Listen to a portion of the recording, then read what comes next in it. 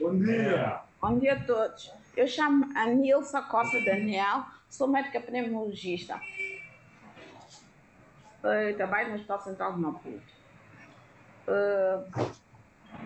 Eu vou falar da primeira parte em relação à asma.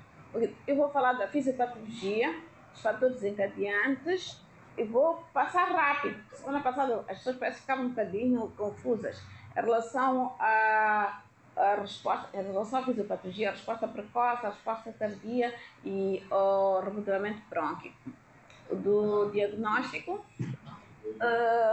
e da classificação em relação à asma. O que eu queria dizer antes de começar a apresentação é que eu só me dedico ao adulto, portanto ao maior de 15 anos, porque está previsto que no fim da manhã a doutora Josina vai falar da asma em pediatria.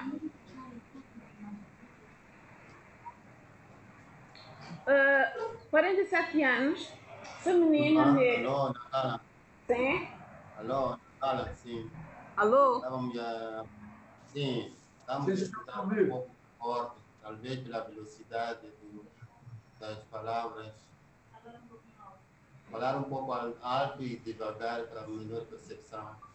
47 anos, feminina doméstica, admitida pela consulta por história de dificuldade respiratória de 3 semanas de evolução. A doente referia várias idas ao sul nos últimos 10 dias. E nos últimos 3 dias foi diariamente ao sul. Segundo ela, inicialmente há 3 semanas teve um síndrome gripal. Tinha dispneia e pieira noturna. Mas nos últimos 10 dias tem evoluído com dispneia e pieira mesmo de dia. Na história pregressa, ela refere asma desde a infância, mas com controle irregular. Ao exame objetivo, esta doente apresentava um estado geral moderado, não tinha desejo nasal, tinha uma frequência respiratória de 21 ciclos respiratórios por minuto e sem tiragem. Portanto, assim, o exame geral ela parecia estar bem. Mas a auscultação pulmonar, ela tinha um murmúrio vesicular diminuído, ela tinha um tempo expiratório prolongado, sibilos expiratórios, ambos hemitórax e roncos bilateralmente.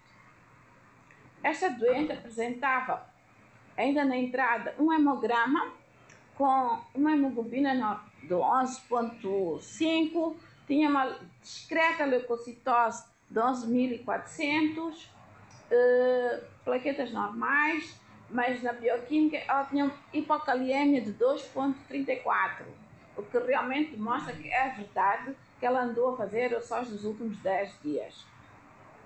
Ela tinha também na entrada um raio-x com uma radiopacidade discreta basal esquerda. Essa é uma doente. Entretanto, temos uma outra doente também, de 80 anos. Estas são doentes verídicas.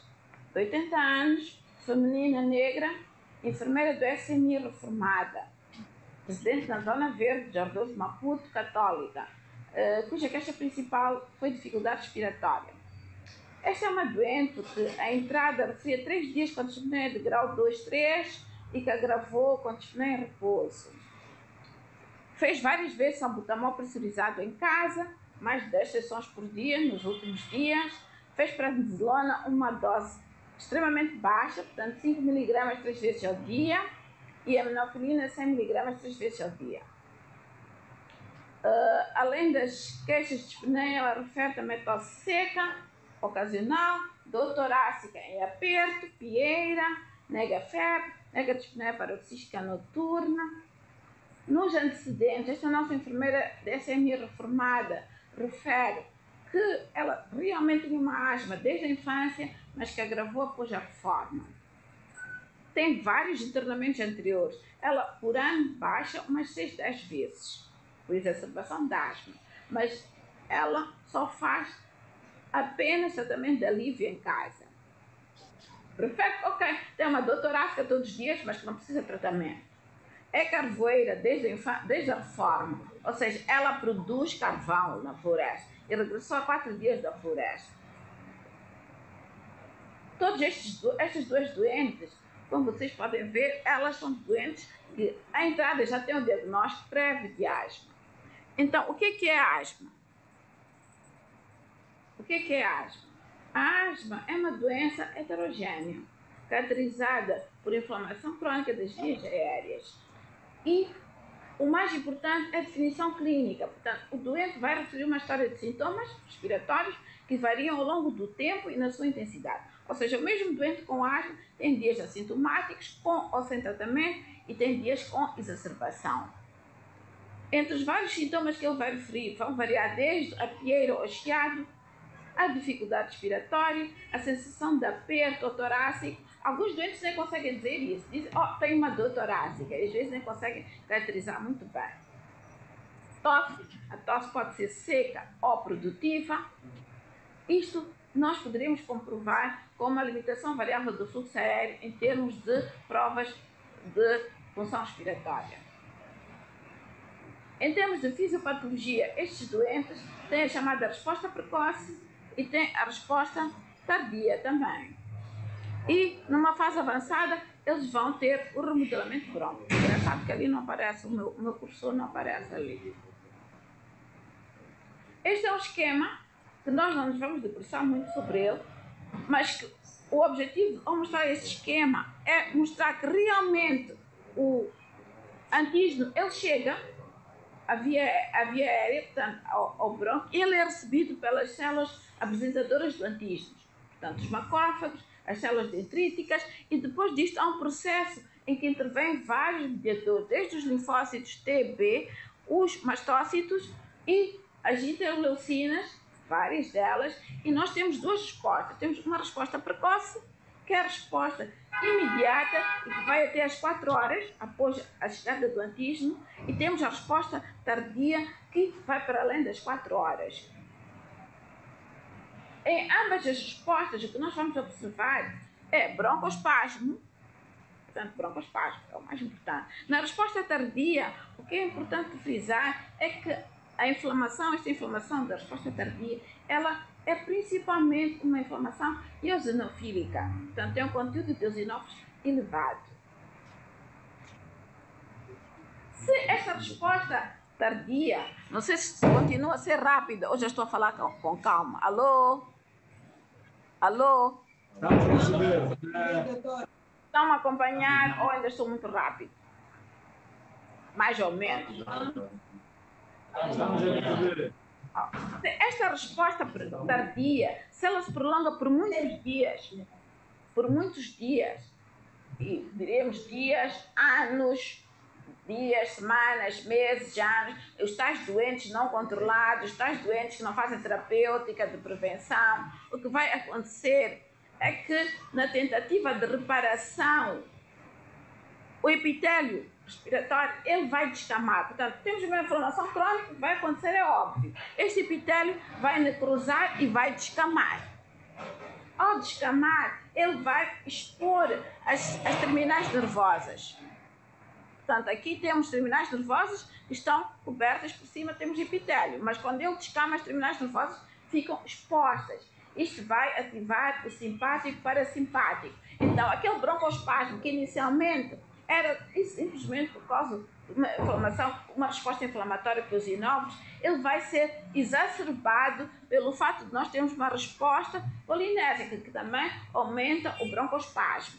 Além disso, esta inflamação crônica, que dura muito tempo, vai fazer com que a chamada de fibroblastos provoque uma fibrose subepitelial. Esta fibrose subepitelial vai fazer com que nós tenhamos uma obstrução fixa. Se inicialmente nós tínhamos uma obstrução só por broncoespasmo e por edema inflamatório, a partir do momento em que nós temos uma fibrose subepitelial, ela é irreversível. Nós temos uma obstrução fixa a nível da via aérea.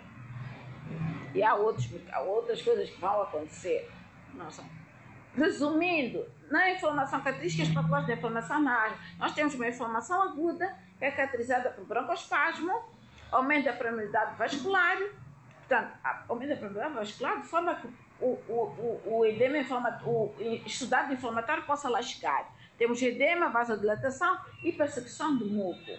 Mas, na resposta, inflamação crônica, que dura, dissemos, meses, anos, vamos ter uma fibrose epitelial com obstrução fixa, vamos ter hiperplasia e hipertrofia do músculo liso, vamos ter hiperplasia das glândulas caliciformes e vamos ter angiogênese, ou seja, a formação de novos vasos. Há muito estudado inflamatório a chegar, precisamos de novos vasos para que haja um aporte.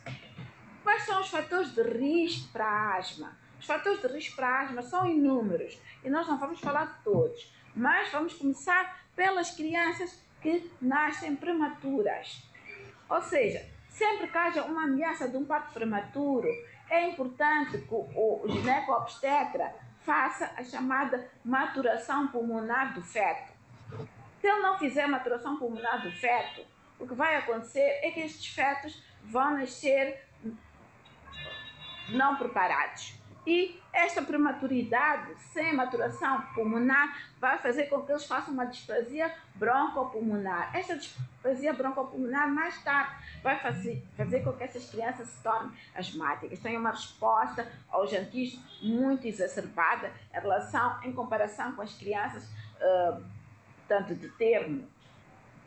O déficit de vitamina D também vai aumentar as exacerbações da asma. Naquele que já é asmático, pode ter déficit de vitamina D também vai aumentar. Os alérgenos intradomiciliares e extradomiciliares, vou mostrar no slide seguinte. A exposição ao tabaco no primeiro ano de vida também vai fazer com que os brônquios dessas crianças expostas ao tabaco elas sejam hiperreativas aos jantismos e vão se tornar asmáticas. As crianças, adultos obesos, a obesidade tem dois ramos. O que vai acontecer na obesidade é que ela, só por si própria, vai levando ao refluxo gastroesofágico. O fato de nós inalarmos conteúdo gástrico frequentemente vai levar a hiperreatividade brônquica e vai nos levar a obesidade. Alguns, só o fato de nós tratarmos o refluxo, vão ficar sem crises. Além disso, os indivíduos obesos, essas células de adipócitos, eles produzem interleucina 6, que é um dos mediadores elevados na asma. E produzem também o fator de necrose tumoral, o alfa-fator de necrose tumoral, que também ele está envolvido na fisiopatologia da asma. Toda a gente se lembra que a ingestão, principalmente da aspirina, de Cofenac e ibuprofeno, portanto, os anti-inflamatórios não esteroides também pode levar a exacerbações da asma, as infecções virais da infância e outros. Os fatores desencadeantes. Alô? Ouvi alguma coisa? Fatores desencadeantes. Entre os fatores desencadeantes, eles vão... Sim. Alô? Sim. Alô, desculpa. Sim. Desculpa, doutora. Sim. Na vitamina D, não percebi. A vitamina D. A explicação na vitamina D. A vitamina D, o que está descrito é que eles não sabem, não está claro, estamos a falar dos outros, não está claro, mas vários estudos mostraram que os indivíduos com déficit de vitamina D têm mais risco de fazer exacerbações da asma. É o que está descrito. Ok, obrigado. E também os dizem que a vitamina D, afinal, não é vitamina. Mas ok. Em relação aos fatores desencadeantes... Naquela porra, uma questão. Sim. Doutora, bom dia. Sim. Bom dia, obrigado. Temos uma questão a colocar naquela porra. Sim, faz favor. Doutora, acabou de explicar o processo fisiopatológico da asma. Como? E acabou de explicar o processo fisiopatológico da asma. Sim. E há uma questão no manual. Provavelmente o manual foi... Acho que foi erro de digitação ali. Provavelmente não foi revisto. Sim. Há uma parte onde coloca-se o processo, o sistema nervoso autônomo participa do processo inflamatório da asma, mas depois à frente colocaram não colinérgico, não adrenérgico. Sim. Então, acho que há alguma contradição aqui na digitação. Eu acho que vai fazer muita confusão para o leitor. Mas o esquema que está no manual é este esquema. Ou não? Este esquema. Doutora, eu não sei. O esquema que está no manual é esse que está sendo apresentado. Sim. Mas a descrição do esquema que aqui está a contradizer com a explicação que a doutora está fazendo. O que acontece? Mas é o que está... Se vocês olharem para este esquema, nós aqui temos epitélio. E aqui estamos sem epitélio. Doutora, perceba a minha questão. Eu já percebi. O problema não é da explicação. A doutora explicou bem o processo. Mas o que está em causa é a descrição. O que está escrito aqui não é o que a doutora explicou. Para uma pessoa só que vai ler o manual, vai perceberem como é uma questão errada que está aqui. Porque aqui está dito. Intervém o sistema parasimpático e simpático. Sim. Não adrenérgico e não colinérgico. Este não está a contradizer na participação do sistema nervoso autônomo. Ok. Nós vemos... colinérgico. Doutora? Sim. O não colinérgico, o não adrenérgico, está a contradizer na participação do sistema nervoso autônomo no processo inflamatório crônico. Sim. Essa alerta que eu queria dar. Muito obrigada pela sua observação. Realmente o manual, nós estamos todos os dias a rever o manual. Esse não é o único, não é a única contradição que existe. Existem também erros ortográficos e existem mesmo algumas coisas que neste momento em que estamos a falar já estão um bocadinho ultrapassadas ou já mudaram. O manual foi lançado em 2017. E mesmo que vocês vão ver, mesmo na terapêutica também já existem coisas que vão mudando. Ou seja, nós vamos tentar sermos ativos na revisão do manual. Tá bem? Mas este é um erro, mas não é o único. Não é o único. Obrigada. Falei com falou o doutor? Doutora Jeremias. Obrigada, doutor Jeremias.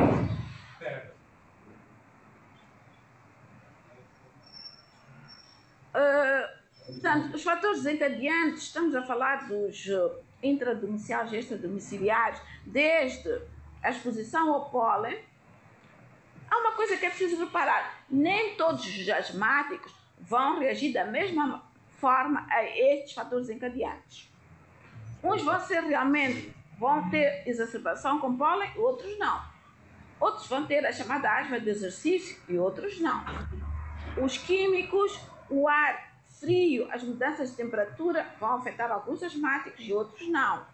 Fungos, a poeira doméstica, já falamos do tabaco, o stress, os animais de estimação, os nossos peluches.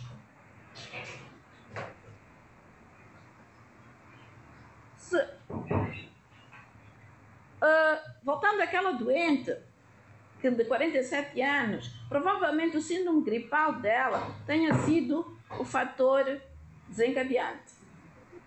Aquela primeira doente que eu apresentei, que ela inicialmente teve um síndrome gripal e depois foi evoluindo. Agora, por que ela piorou nos últimos 10 dias? Nos últimos 10 dias, por aquilo que eu vos mostrei, ela já tem uma radiopacidade, pelo menos já entrada uma radiopacidade basal esquerda. Portanto, provavelmente ela fez uma pneumonia, evoluiu inicialmente como um síndrome viral, depois fez uma pneumonia.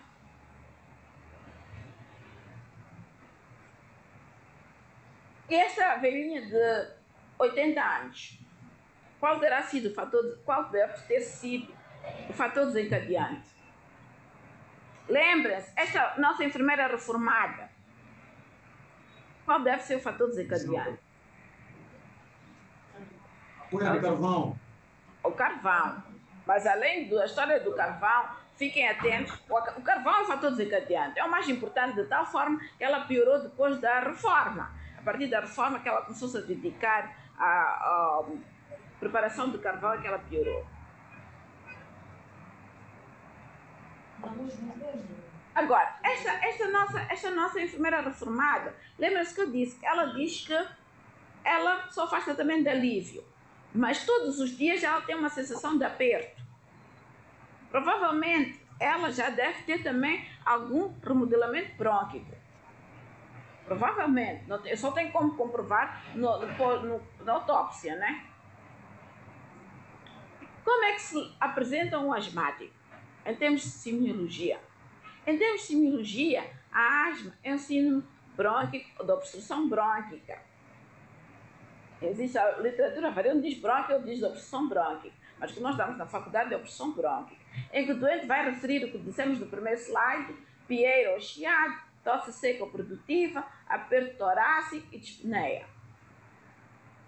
É claro que se ele foi visto na urgência na semana passada e hoje vai à consulta, ele pode estar bem. Mas, se ele estiver em exacerbação, na inspeção pode ter desde polipneia, dispneia com ou sem tiragem, dificuldade em falar, mas pode decidir que só se sente bem quando está sentado, não aceita deitar-se, pode usar musculatura acessória, pode ter até um aumento do diâmetro anteposterior. Em relação à palpação, ele vai ter vibrações torácico-vocais conservadas, portanto vai ter uma palpação normal. A percussão, um som claro pulmonar ou hipersonoridade, não tão exuberante como o timpanismo, não, mas pode ter hipersonoridade, principalmente aquele que já tem um aumento do diâmetro posterior. A auscultação, desde uma auscultação normal, portanto naquele que está fora da crise, até aquele que realmente apresenta roncos, sibilos expiratórios, um tempo expiratório prolongado, até o tórax silencioso.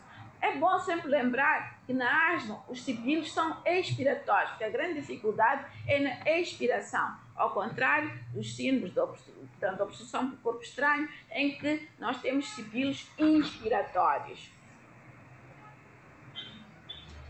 Alô? Sim. Como é que nós vamos fazer o diagnóstico da asma? O diagnóstico da asma é essencialmente clínico. Entre nós, o diagnóstico é essencialmente clínico. Engraçado que ali não aparece o meu cursor. Não aparece. Na semana passada aparecia. Mas o diagnóstico é essencialmente clínico. Aparece o cursor? Como? Não tem essa ajuda? Não, não aparece. Ali não aparece. Aparece no slide. Graças a Deus. Eles veem o que eu estou a ver. Acho. O diagnóstico é essencialmente clínico. Depois existem vários métodos auxiliares de diagnóstico, desde o pico do fluxo expiratório, portanto o débito de ponta, que nós não vamos falar nele,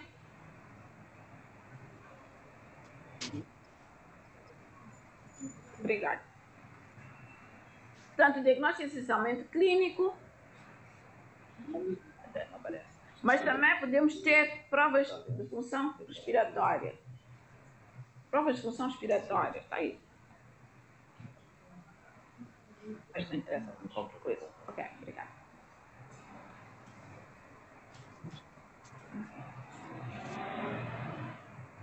Agora parou. Naquela Angoche, daquilo que eu percebi, naquela Angoche não tem provas de função respiratória. Porque na semana passada nós falamos com a Nampula, e na Nampula eles têm um centro de medicina ocupacional e podem fazer a tal função respiratória, espirometria.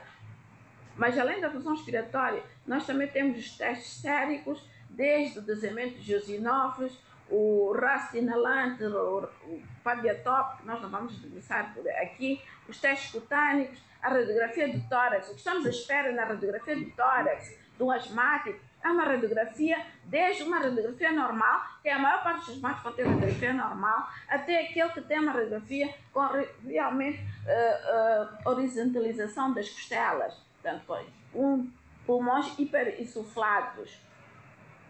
Na maior parte das vezes, nós só vamos pedir a radiografia do tórax para descartar outros diagnósticos. Então, nós temos uma suspeita de uma pneumonia, para descartar, se temos uma suspeita que ele tenha complicado com um pneumotórax, vamos pedir um raio-x. A expectoração. A expectoração também, quando nós quisermos descartar outros diagnósticos. O óxido nítrico, também a sua função não está muito bem esclarecida, mas o que está descrito é que o indivíduo sem asma tem óxido nítrico em doses baixas, quando faz a sua expiração, enquanto que o asmático tem doses elevadas, ou seja, o óxido nítrico elevado, doses elevadas a nível da árvore respiratória, lesam o brônquio. Vamos ver, não só na asma, mas no DPLC, isto aqui. Este seria um esquema de uma espirometria, da curva da espirometria, em que a curva para baixo é a curva da inspiração e a curva para cima é a curva da expiração. E na asma, o que está alterado é a curva da expiração. Portanto, aqui em amarelo, não sei se conseguem ver, é o indivíduo com asma e depois, ele quando faz um broncodilatador, a sua curva, portanto, repete a espirometria e a sua curva melhora.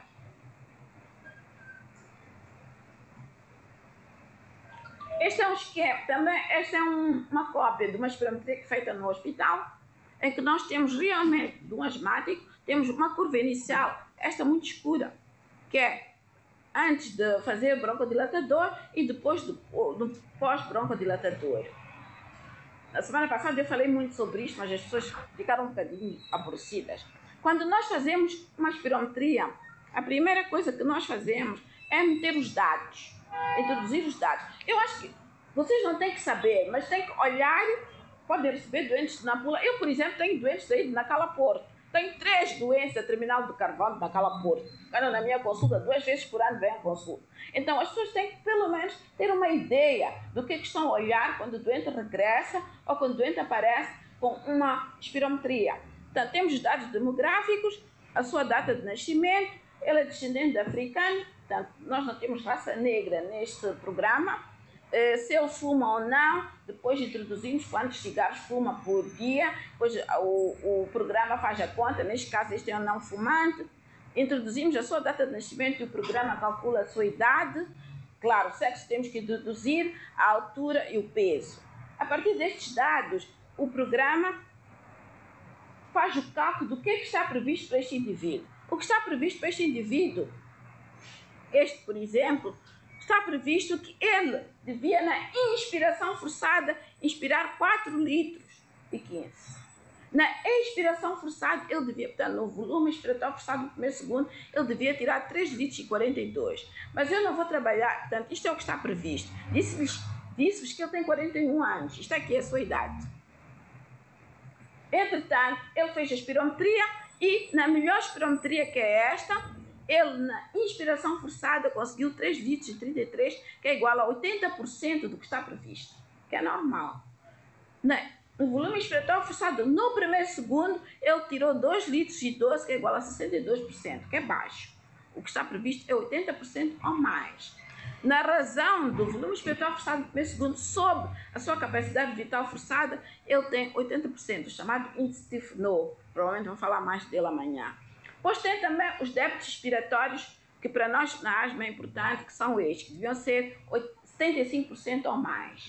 Portanto, este indivíduo tem só o volume expiratório forçado no primeiro segundo baixo, 62%.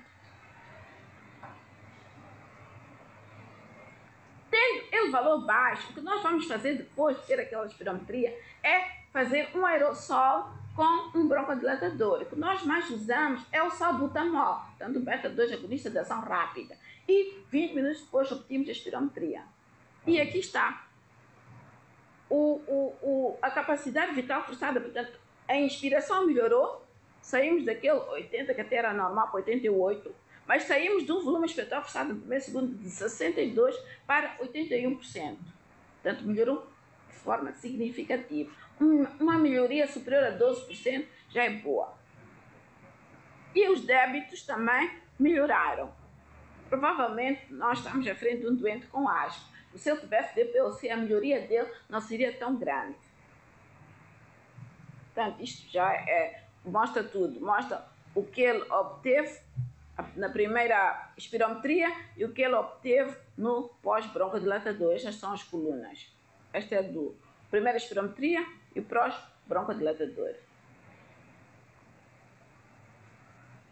Nesta outra espirometria de um outro indivíduo, eu tenho valores, se olharem para aqui, os valores são um bocadinho baixos, mas eu não posso dizer categoricamente, posso dizer com base na história, que tem asma, mas em termos espirométricos, eu não posso garantir que ele tem asma e não DPOC, porque eu não tenho o pós-broncodilatador.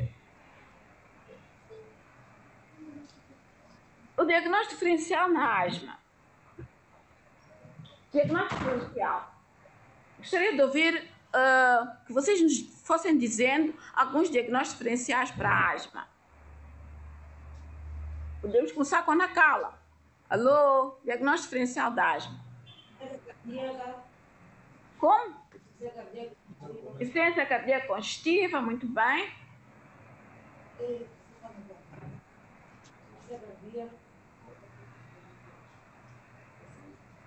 Patologia cardíaca. Como? Alô? Insuficiência cardíaca congestiva, bronquiolite, mais? Lembra-se que eu estou a falar do adulto maior de 15 anos. Então, bronquiolite está fora de deputação. Vamos. A bronquiolite está fora. Mas a insuficiência cardíaca já está? Tem insuficiência cardíaca, correto. Temos Angós, diagnóstico diferencial. Angós, diagnóstico diferencial.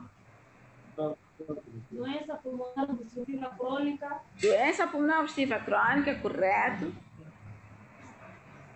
Refluxo gastroesofágico.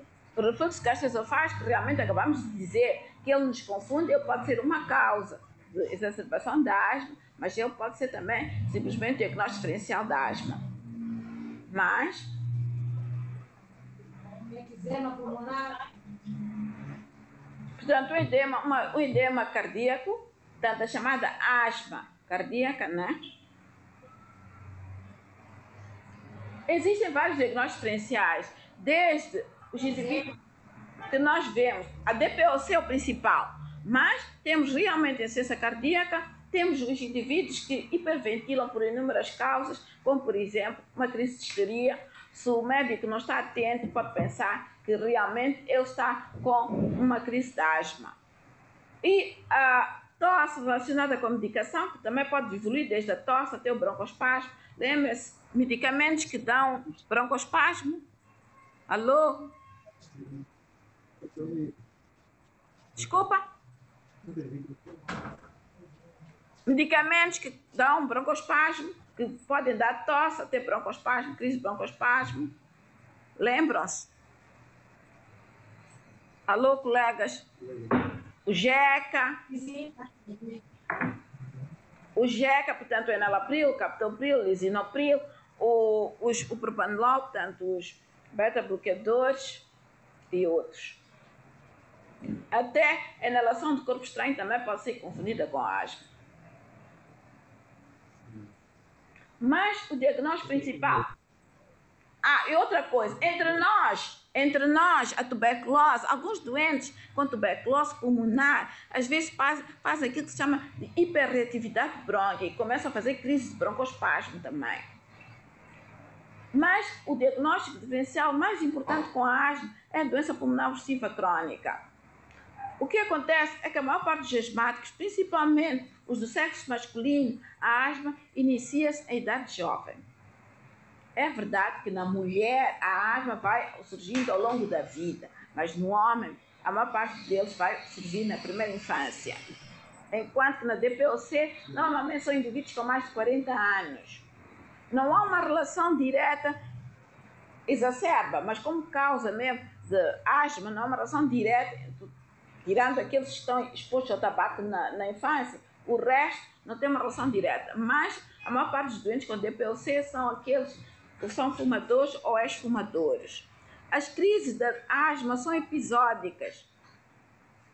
Da asma, ela vai evoluindo progressivamente para o pior. Da DPOC vai evoluindo progressivamente para o pior. Normalmente a asma exacerba-se à noite, enquanto que a DPOC exacerba-se de manhã. Alguns no estadio terminal também vão exacerbar-se à noite. Os doentes com asma vão responder muito bem aos corticosteroides inalatórios. A DPOC nem todos vão responder.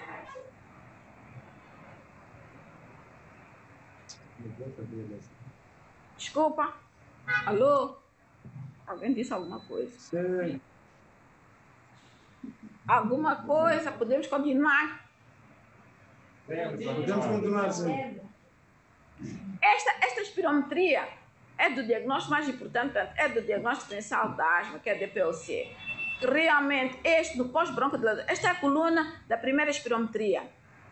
Vocês podem ver capacidade vital forçada 63%, volume expiratório forçado no primeiro segundo 39%, índice de fenol 61%. Mas pós-broncodilatador, os valores quase que não melhoraram. Continuamos com 63%, o volume expiratório forçado no primeiro segundo subiu de 39% para 40% e o índice de fenol subiu para 62%. Ou seja, este é um doente com doença pulmonar obstrutiva crônica, em que ele não melhora nada, praticamente nada, pós-broncodilatador.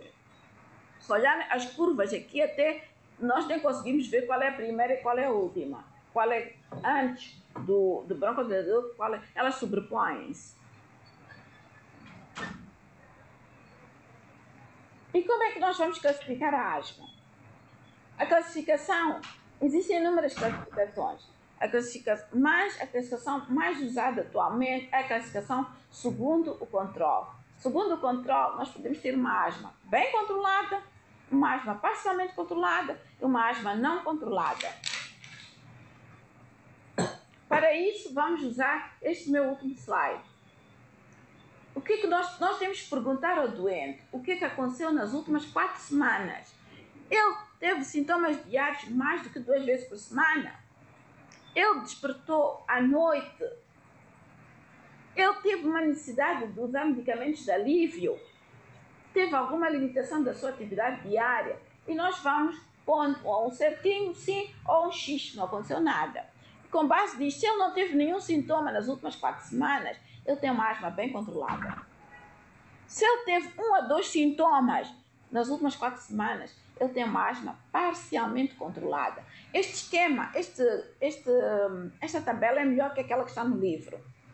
Se ele teve 3 ou 4 sintomas, tem uma asma não controlada. Qualquer exacerbação em qualquer semana, portanto, nestas últimas 4 semanas, se ele tiver tipo uma exacerbação importante, com ida à urgência, ele tem uma asma não controlada.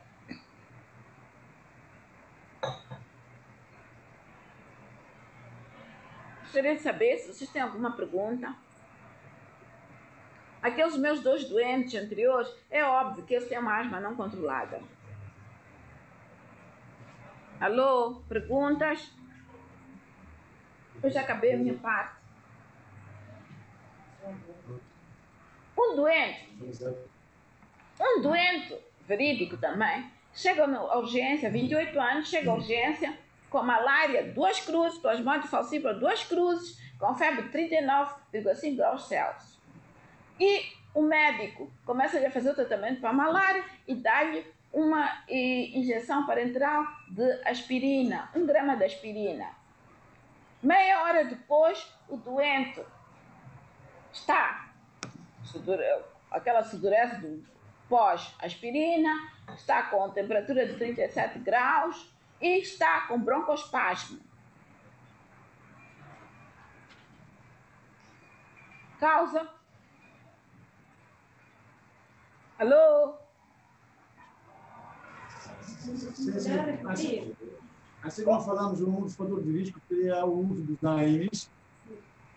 É muito provável por causa da aspirina, nesse caso.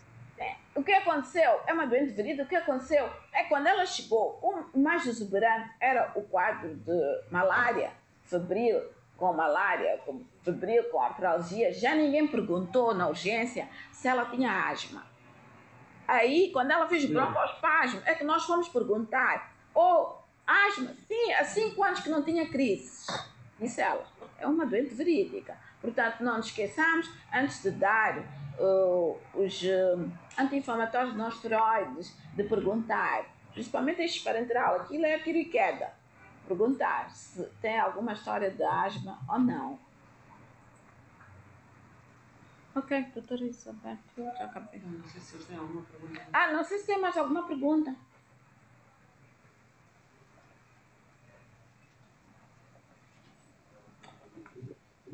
Um indivíduo de 17 anos que vai à nossa consulta, porque, segundo ele e a mãe, 2 vezes por semana, depois da aula de educação física, tem a aula de educação física dele, diz a mãe, acaba no serviço de urgência. O que ela quer é um atestado para o filho não fazer educação física. Tem 17 anos, tem educação física 2 vezes por semana e a aula acaba sempre na urgência. É a asma bem controlada, uma asma parcialmente controlada ou não controlada?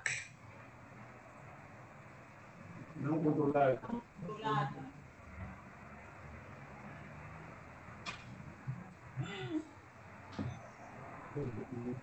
Não controlada, doutora.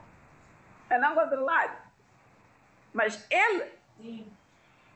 portanto, ele tem limitação da atividade física, tem, isso é 2 vezes por semana. Não tem despertar noturno, ok. 2 vezes por semana. Temos limitação da atividade física 2 vezes por semana, necessidade de tratamento de alívio 2 vezes por semana, sintomas diários 2 vezes por semana. É não controlado assim.